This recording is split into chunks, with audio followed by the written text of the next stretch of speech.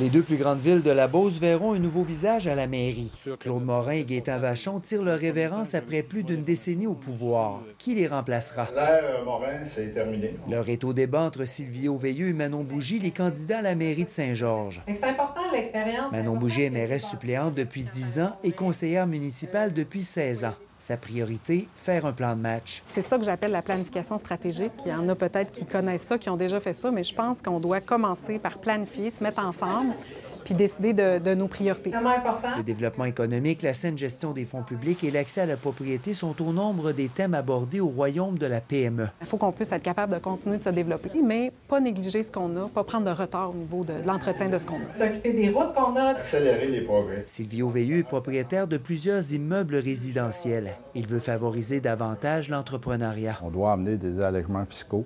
On doit aider aussi les personnes dans des projets pour que ça y aille plus vite avec l'urbanisme.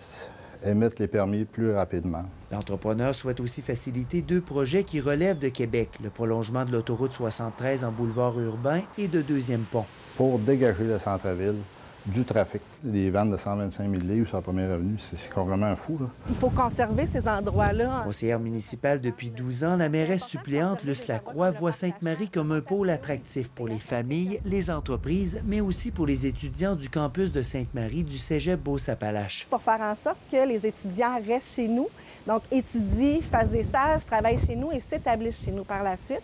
D'où l'importance pour elle de développer l'accessibilité à la propriété et au logement abordable pour tous. On entend beaucoup qu'il y a des besoins au niveau du logement. On veut répondre à ce besoin-là.